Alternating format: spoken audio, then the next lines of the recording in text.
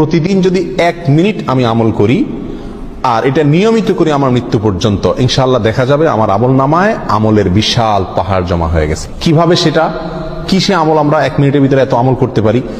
কয়েকটা আমরা নজির স্বরূপ বলতে পারি। 1 মিনিটের ভিতরে আমি যদি সুবহানাল্লাহ পড়ি, 1 মিনিট সুবহানাল্লাহ পড়লে 100 বার সুবহানাল্লাহ বলা যায়। এটা পরীক্ষা করে দেখা হয়েছে, আপনি পরীক্ষা করে দেখতে পারেন। সুবহানাল্লাহ সুবহানাল্লাহ সুবহানাল্লাহ গুনে 100 বার সুবহানাল্লাহ পড়তে কতক্ষণ সময় লাগে? সর্বোচ্চ 1 মিনিট সময় লাগে। 1 মিনিট আপনি 100 বার সুবহানাল্লাহ পড়তে পারেন। আর 100 বার সুবহানাল্লাহ পড়লে কি হবে?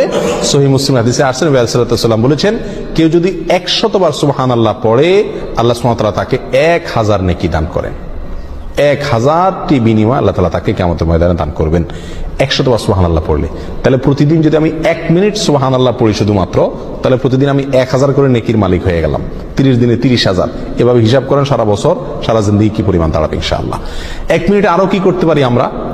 1 মিনিটে আমি 10 বার সূরা ইখলাস পড়তে পারি। কয়বার? 10 বার।